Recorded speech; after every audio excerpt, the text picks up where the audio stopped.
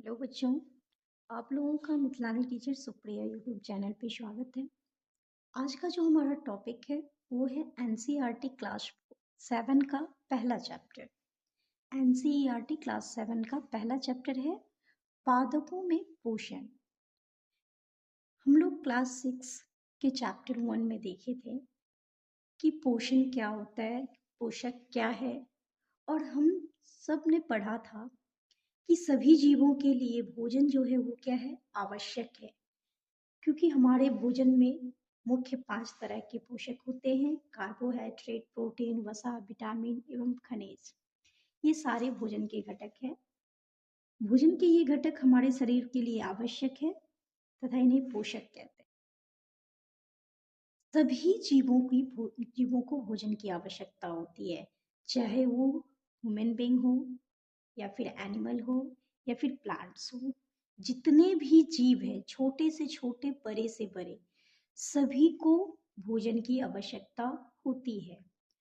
पर इसमें क्या है कि कुछ जीव ऐसे भी हैं जो अपना भोजन खुद बनाते हैं, और कुछ जीव ऐसे भी हैं जो अपना भोजन खुद नहीं बना के बल्कि प्लांट यानी कि पौधा और पौधे से मिले स्रोतों से पे डिपेंड होता है।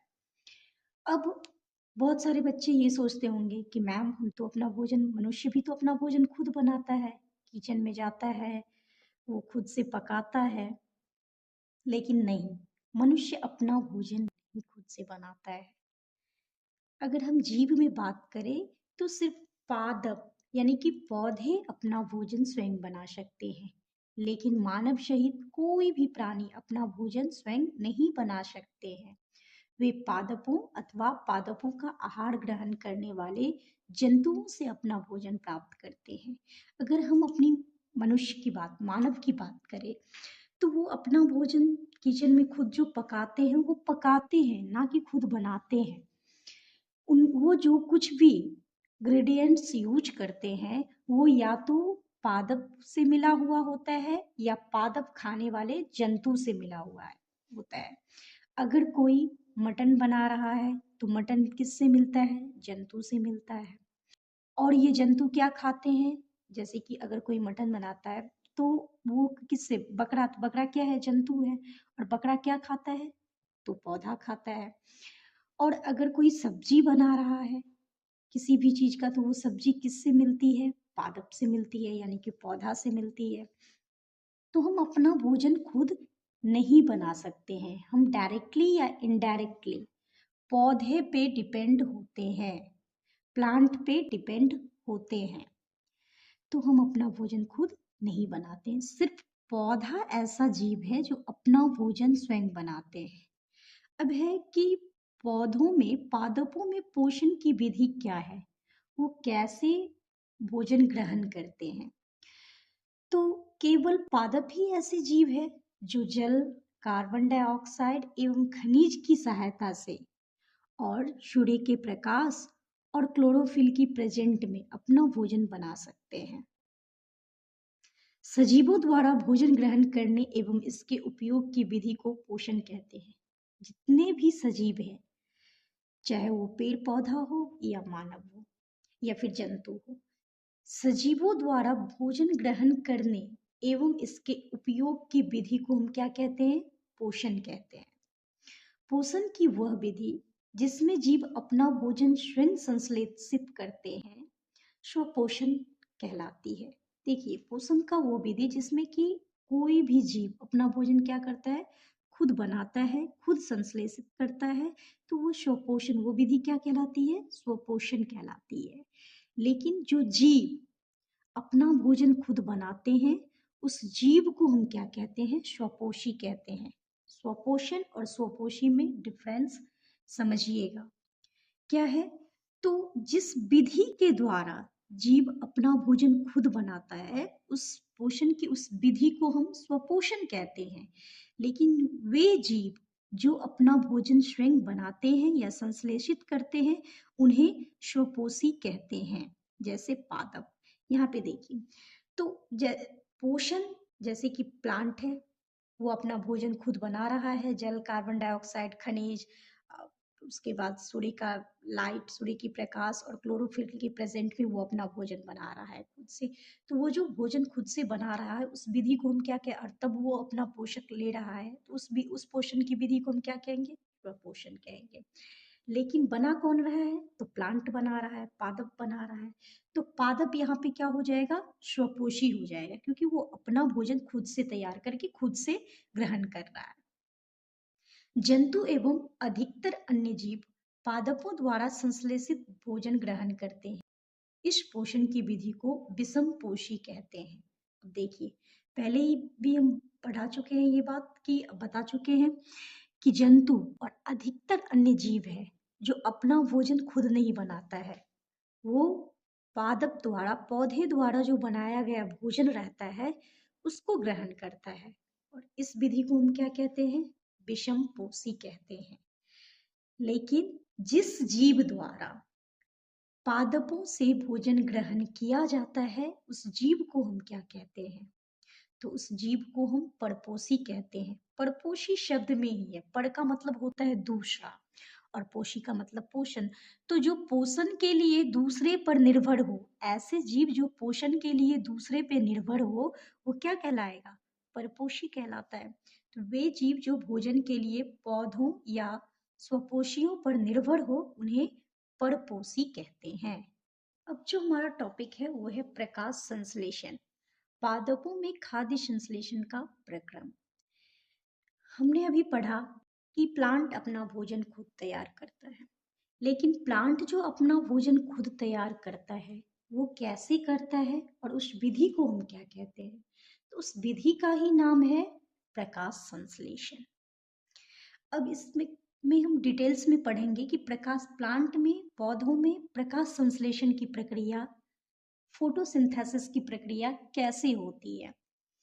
तो सबसे पहले हमें ये समझना होगा कि प्लांट का वो कौन सा पार्ट है जो भोजन प्रिपेयर करता है, भोजन बनाता है। जैसे कि हम मनुष्य भोजन खुद से बनाते तो नहीं है, लेकिन भोजन खुद से पकाते हैं। तो जैसे हमारे घर में भोजन पकाया जाता है उसके लिए एक प्रॉपर प्लेस होता है। जैसे किचन में पकाया जाता है, क्या हम बेडरूम में खाना पकाते हैं, नहीं, किचन में पकाते हैं। उसी तरह से प्लांट में भी एक पार्टिकुलर पार्ट को ये फंक्शन करने की एबिलिटी है कि वो क्या करता है, खाना बनाता है। और वो पार्ट क्या है, तो पत्तियां है, लीफ है। पत्तियां पादप की खाद्य फैक्ट्री, फूड फैक्ट्री है। लीफ को फूड फैक्ट्री कहा गया है, पत्तियां को खाद्य फैक्ट्रिया कहा गया है, क्योंकि इस पत्तियां में जो है क्या प्रेजेंट होता है, तो क्लोरोफिल प्रेजेंट होता है। और इसमें छोटे छोटे से स्टोमाटा, रंध्र होता है, जिसके द्वारा वो क्या करता है, तो हमारे एटमॉस्फेयर से कार्बन डाइऑक्साइड को एब्जॉर्ब करता है और जो कि उसे खाना बनाने में क्या करता है, हेल्प करता है। अब खाना बनाने के लिए हमने देखा कि जल, कार्बन डाइऑक्साइड और खनिज, इस सारे चीज़ों की, और प्रकाश का लाइट, क्लोरोफिल, इस सारे चीज़ों की ज़रूरत होती है। तो सबसे पहले हम समझेंगे कि ये क्लोरोफिल क्या होता है। पत्तियों में एक हरा वर्णक होता है जिसे क्लोरोफिल कहते हैं। ये क्लोरोफिल के प्रेजेंस के वजह से ही पत्तियों का कलर हरा होता है। जिस पत्तियों में क्लोरोफिल नहीं होगा उस पत्ती का कलर, उस पत्ते की कलर ग्रीन नहीं होगा, हरा नहीं होगा। तो अगर हम पत्तियों की कलर की बात करें कि ग्रीन क्यों होती है, तो ये क्लोरोफिल के ही वजह से होती है। अगर आपसे कोई पूछे कि बताइए कि पत्तियों की कलर ग्रीन क्यों होती है, तो हमारा आंसर यही होगा, आपका आंसर यही होना चाहिए कि पत्तियों में एक हरा वर्णक प्रेजेंट होता है, हरा वर्णक उपस्थित होता है जिसे हम क्लोरोफिल कहते हैं। और इस क्लोरोफिल के उपस्थिति के वजह से ही पत्तों का कलर हरा होता है। क्लोरोफिल सूर्य के प्रकाश की ऊर्जा का संग्रहण करने में पत्ती की सहायता करता है। अभी हमने देखा कि कार्बन डाइऑक्साइड की बात जो हो रही थी कि प्लांट को खाना बनाने के लिए कार्बन डाइऑक्साइड की ज़रूरत होती है। तो कार्बन डाइऑक्साइड की ज़रूरत होती है तो वो किससे लेता है, तो स्टोमेटा, प्लांट लीफ के बीच में एक स्टोमाटा होता है, रंध्र होता है, जिसके जो एटमॉस्फेयर से कार्बन डाइऑक्साइड एब्जॉर्ब करने में हेल्प करता है। लेकिन सन की प्रकाश, सूर्य की प्रकाश, सिंपल सी बात है कि जब हम घर में खाना बनाते हैं, आपके पास सारे कुछ अवेलेबल है, दाल है, चावल है, पानी है, हल्दी है, नमक है, सब कुछ प्रेजेंट है, लेकिन आपके पास गैस चूल्हा नहीं है या कोई भी ईंधन नहीं है जिस पे आप पकाइएगा खाना। तो क्या हम खाना पका सकते हैं, बना सकते हैं? बिल्कुल नहीं। हमारे पास कोई ईंधन अगर उपस्थित ना हो तो हम खाना नहीं बना सकते हैं। इसी तरह से प्लांट में भी है, पौधा में भी है। अगर सूर्य का प्रकाश ना मिलेगा तो वो अपना भोजन प्रिपेयर नहीं कर सकता है, वो अपना भोजन नहीं बना सकता है। तो ये सूर्य का प्रकाश जो डायरेक्ट लीफ पे पड़ता है, प्लांट पे पड़ता है, तो वो कैसे अब्सॉर्ब करता है, उसकी ऊर्जा को कैसे संग्रहण करता है, कैसे ग्रहण करता है? तो ये पत्ता में जो क्लोरोफिल होता है वो सूर्य के प्रकाश की ऊर्जा का संग्रहण करने में पत्ती की सहायता करता है। ये क्लोरोफिल ही हेल्प करता है सन के लाइट को एब्जॉर्ब करने में। अब है क्लोरोप्लास्ट को पादप कोशिका का रसोई घर कहा जाता है। ये जो क्लोरोप्लास्ट है उसे किचन, अगर आपसे पूछा जाए कि प्लांट के कौन से पार्ट को किचन कहा गया है, रसोई घर कहा गया है, तो वो है क्लोरोप्लास्ट। क्लोरोप्लास्ट, पादप के क्लोरोप्लास्ट को कोशिका का घर, रसोई घर कहा गया है। अब हम देखते हैं, अभी हमने देखा कि नॉर्मली कि प्रकाश संश्लेषण में किस किस चीज की नीड होती है। अब हम यहाँ पे पिक्चर के थ्रू देखेंगे कि प्रकाश संश्लेषण हम किसे कहते हैं, ये प्रोसेस कैसे होती है। तो चलिए यहाँ पे हम पिक्चर के थ्रू देखते हैं। अब आप यहाँ देख सकते हैं कि ये प्लांट है, ये सन है, और ये हमारे एटमॉस्फेयर में कार्बन डाइऑक्साइड प्रेजेंट है, उपस्थित है। और इस प्लांट का जो जड़ है, ये जड़ कहाँ रहता है? मिट्टी में। तो ये जड़ जो है मिट्टी से जल एवं खनिज एब्जॉर्ब करके कहाँ पहुंचाता है? तना के हेल्प से पत्ती तक ले जाता है। अब देखिए, हमें खाना बनाने में अगर पानी की जरूरत होती है तो हम पानी कहाँ ले जाते हैं? रसोई घर में, जहाँ हम खाना पकाते हैं। तो हमने पहले पढ़ा कि खाना बनाने का प्रोसेस कौन करता है? पत्ती करता है, लीफ करता है। तो ये जो मिट्टी से जड़ एब्जॉर्ब कर रहा है जल और खनिज को, तो वो क्या सिर्फ जड़ में स्टोर रहेगा तो ये प्रोसेस हो पाएगी? बिल्कुल नहीं। तो ये जड़ से लीफ तक, पत्ता तक पहुंचाने का हेल्प कौन करता है, काम कौन करता है? तो इसका तना स्टीम करता है। तना के हेल्प से ये जल और खनिज पत्ते तक जाती है। अब आप देख सकते हैं कि यहाँ पे लीफ में पहले से क्लोरोफिल है। सन से सन की प्रकाश मिल रही है, सूर्य की प्रकाश मिल रही है, सूर्य की ऊर्जा मिल रही है। हमारे एटमॉस्फेयर में जो वायुमंडल में जो हमारा हवा प्रेजेंट है, उससे कार्बन डाइऑक्साइड एब्जॉर्ब कर रहा है लीफ। किसके थ्रू? तो इस लीफ में जो एक छोटा सा रंध्र है, स्टोमाटा है, उसके थ्रू वो कार्बन डाइऑक्साइड एब्जॉर्ब कर रहा है।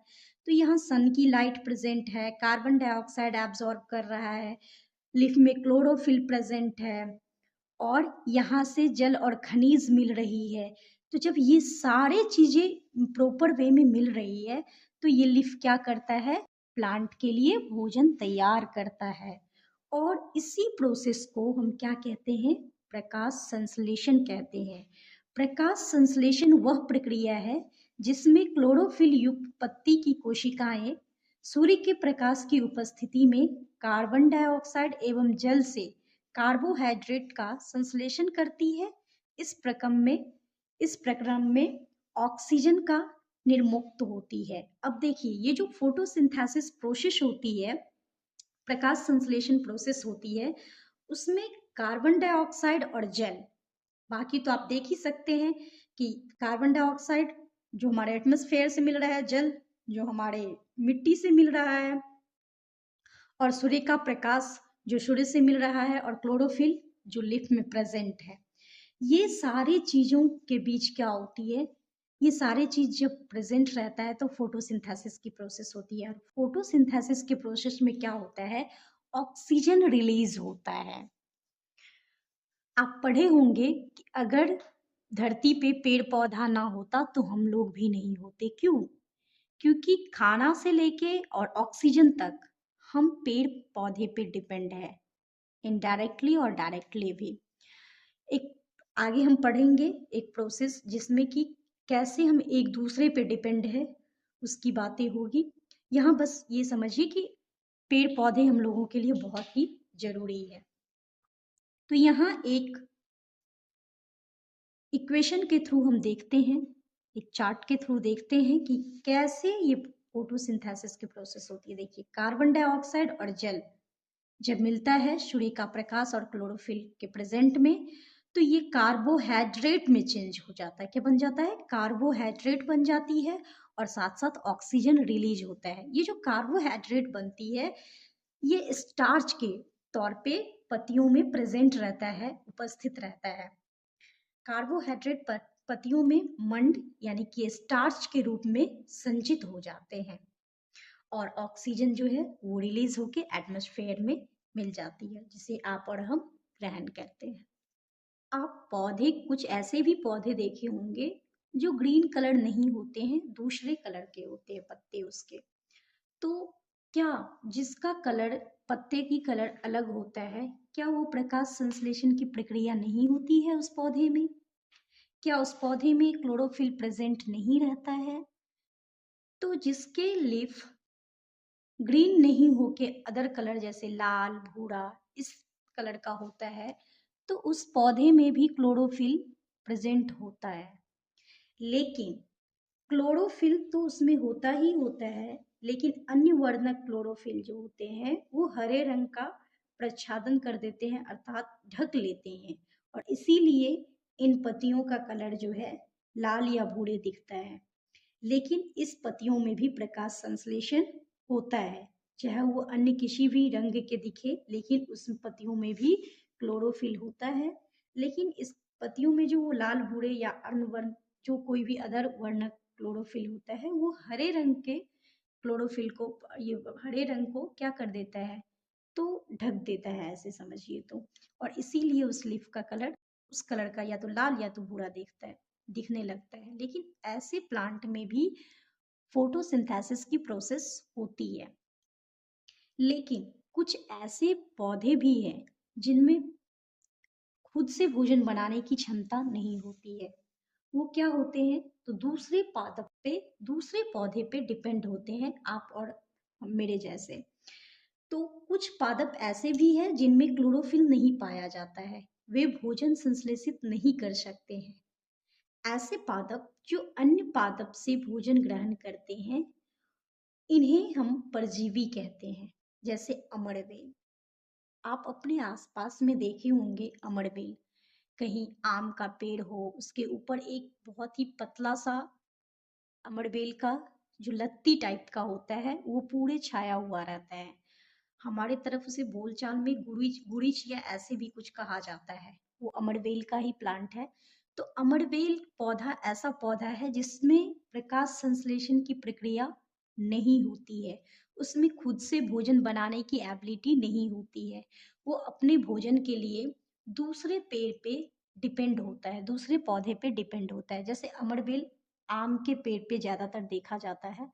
तो आम का पेड़ क्या होता है, बड़ा होता है। ये आपको समझना है कि कोई भी ऐसे पौधे जो परजीवी होते हैं उनसे छोटा होता है जिस पादप पे वो रहते हैं।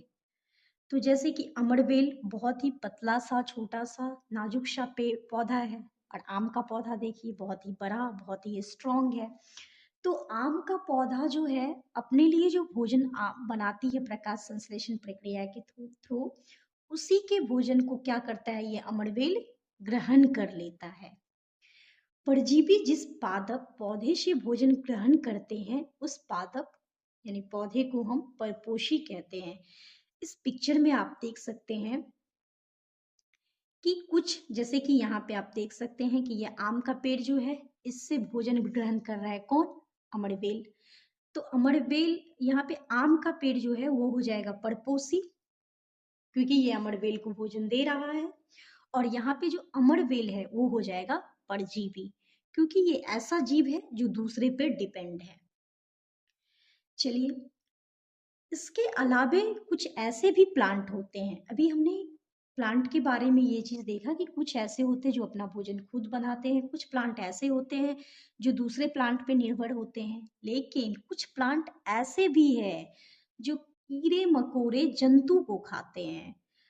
उनका जो रहता है प्लांट, वो ऐसे एक घड़ा की तरह शेप में रहता है और उसके ऊपर लीफ ऐसे रहता है जैसे उसको ढक देता हो, ढक्कन की तरह। तो वो ओपन रहता है और जैसे ही उसके अंदर कीड़े मकोड़े जाते हैं तो वो ढक्कन बंद हो जाता है और उसको वो क्या कर लेता है, तो खा जाता है। जैसे कि अगर हम बात करें घटपर्णी यानी कि पीचर प्लांट का, तो यहाँ आप पिक्चर में देख सकते हैं, ये पीचर प्लांट है। और यहाँ आप देख सकते हैं कि देखिए, इस पीचर प्लांट में दिख रहा है कि अलग अलग जो है यहाँ पे अधोमुखी शेप में इसका पत्ता पूरा है। और इसमें क्या होता है कि जैसे ही कोई भी जीव जंतु इसके अंदर जाता है तो इसका जो ये ऊपर का पार्ट है ढक्कन की तरह, वो क्या हो जाता है, बंद हो जाता है। और ये प्लांट क्या करता है, इस कीटों को, इस पादप, ये पादप इस कीटों को पकड़ के और उन्हें बचा जाते हैं। जैसे ही इसका अग्र पत्ते का शीर्ष भाग घड़े के ढक्कन जैसे है जो बंद हो जाता है, तो इसके अंदर बहुत सारे अनेक रोम भी होते हैं जो नीचे की ओर ढलते हैं और अधोमुखी होते हैं। जब कोई कीट घड़े में प्रवेश करता है तो यह उसके रोमों के बीच फंस जाती है, क्योंकि इसके अंदर जो है क्या है, रोम है। और जैसे ही वो प्रवेश करता है तो इस रोम के अंदर फंस जाता है। और घड़े में उपस्थित पाचक रस, इस घड़े के अंदर क्या होता है, पाचक रस होता है जो कीटों को पचा लेता है, कीटों के पाचन करने में हेल्प करता है। और ऐसे कीटों का भक्षण करने वाला पादप भक्षी पादप कहलाता है। ये जो हमारा पीचर प्लांट है वो कौन सा प्लांट है, तो कीट भक्षी प्लांट है। इसका पीचर प्लांट हो गया, विनस फ्लाई फ्लाई ट्रैप हो गया, संड्यूल कीट भक्षी, ये सारे जो है इसके कीट भक्षी पादप के उदाहरण हैं। यहाँ आप इस पिक्चर के थ्रू इस चीज को इजिली देख सकते हैं। कीटों का भक्षण करने वाला ऐसे पादप कीटभक्षी पादप कहलाता है, ये आपको याद रखना है। और कीटभक्षी का अगर हम एग्जाम्पल की बात करें, कि अगर आपसे पूछा जाए कि कीटभक्षी पादप का एग्जाम्पल कौन कौन सा है, तो ये है pitcher plant, Venus fly trap, sundew, ये सारे इसके एग्जाम्पल हैं। अब हमारा एक क्वेश्चन है, क्या हमारा रक्त चूसने वाले मच्छर, खटमल, जू एवं जोंक जैसे जीव भी परजीवी है? क्योंकि ये भी तो दूसरे का खून चूस चूस के पोषण करते हैं, है ना। तो क्या ये परजीवी है? क्योंकि हमने तो अभी परजीवी के बारे में यही पढ़ा, जो दूसरे पे डिपेंड हो, दूसरे से अपना पोषण ग्रहण करता हो, वो परजीवी कहलाता है। तो अगर हम बात करें जू और जोक की, तो ये दोनों परजीवी है, क्योंकि ये हमारे खून चूस के ही अपना ग्रोथ करते हैं, अपना पोषण पाते हैं। लेकिन जब बात हो मच्छर और खटमल की, तो ये अपने पोषण के लिए हमारा खून नहीं चूसता है, बल्कि अपने अंडों के लिए हमारा खून चूसता है। जैसे कि मच्छर है, जब पानी आसपास में उतने पानी नहीं रहते जहाँ इनकी ग्रोथ होती है, वहाँ पे अगर पानी अवेलेबल नहीं होता है जिससे इनके अंडों की अच्छी से ग्रोथ हो सके, तो ये अपने अंडों की ग्रोथ के लिए क्या करता है, हमारा खून चूसता है। तो जू और जोक जो है वो परजीवी है, लेकिन मच्छर और खटमल जो है ये परजीवी नहीं, बल्कि अपने अंडों के ग्रोथ के लिए इसका हमारा खून चूसता है। तो आई होप कि हम लोग अभी तक जितना पढ़े हैं वो आप लोगों को अच्छे से समझ में आ गया होगा। आगे कुछ टॉपिक है इस चैप्टर का जो बचा हुआ है और प्रश्न उत्तर है, जो हम लोग नेक्स्ट वीडियो में इसका जो बचा हुआ भाग है, बचा हुआ टॉपिक है, वो हम पढ़ेंगे और इस चैप्टर का क्वेश्चन आंसर देखेंगे। तो आप लोगों को अगर ये वीडियो पसंद आया होगा तो आप लोग इस चैनल को लाइक करें, सब्सक्राइब करें और घंटी के बटन को दबाना ना भूलें, और इस वीडियो को अपने दोस्तों में अधिक से अधिक शेयर करें। धन्यवाद।